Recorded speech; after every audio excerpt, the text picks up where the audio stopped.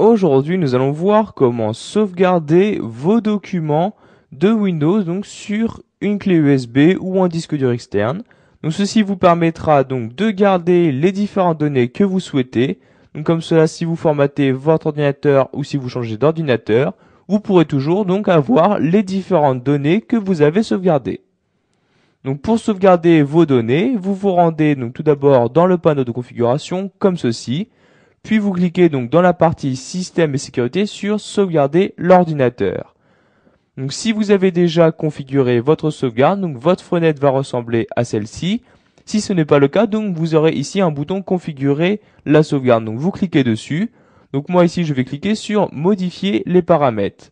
Donc maintenant le démarrage de la sauvegarde de Windows est en cours. Donc cette fenêtre-ci va tout d'abord apparaître où vous allez choisir vers quel périphérique externe vous souhaitez sauvegarder les différents documents. Donc vous pourrez soit par exemple les sauvegarder sur un disque, donc que ce soit un CD ou un DVD, mais aussi donc comme vous le voyez ici sur une clé USB ou un disque dur externe. Donc ici nous allons sélectionner la clé USB comme ceci, puis vous cliquez ensuite sur suivant. Vous allez donc tout d'abord choisir ce que vous souhaitez sauvegarder, donc soit vous laissez Windows choisir pour vous, soit vous choisissez vous-même. Donc ici nous allons voir comment choisir les différents documents que vous souhaitez garder. Donc vous cochez me laisser choisir et vous cliquez ici sur suivant. Donc dans cette fenêtre là, vous allez choisir les différents éléments que vous souhaitez sauvegarder sur votre disque externe. Donc vous pouvez soit par exemple sauvegarder les données pour les utilisateurs que vous venez de créer. Donc en effet, si vous avez créé un utilisateur il y a par exemple une semaine, mais que vous souhaitez garder les différentes données de cet utilisateur-là, donc vous pourrez le faire en cochant cette case-là. Ensuite, vous pouvez choisir de sauvegarder les différents éléments qui sont dans votre bibliothèque. Donc vous voyez ici bibliothèque de vos déclics. Pour tous les sauvegarder, vous cochez ici bibliothèque de vos déclics. Si vous ne souhaitez pas le sauvegarder, donc vous décochez comme ceci.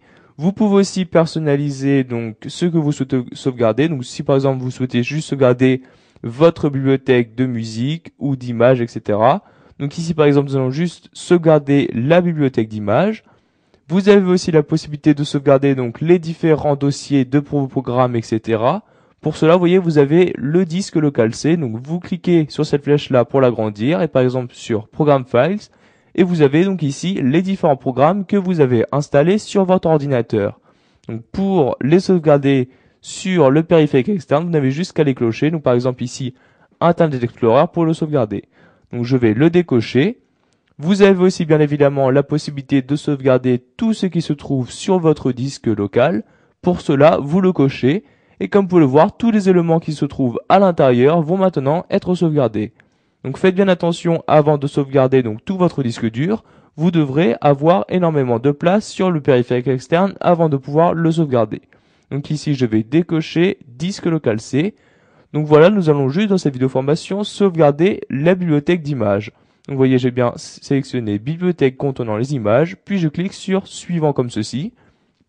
Donc dans la dernière fenêtre avant de pouvoir enregistrer, vous allez avoir un résumé de ce que vous avez choisi.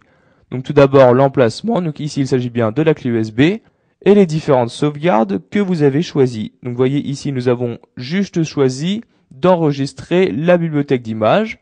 Ensuite vous pouvez donc choisir la planification, donc par défaut elle est le dimanche à 19 h. Pour la modifier vous cliquez sur modifier la planification.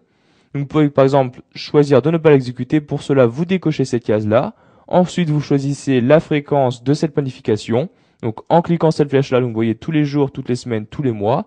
Nous allons le faire toutes les semaines. Ensuite vous choisissez donc le jour comme ceci, ainsi que l'heure.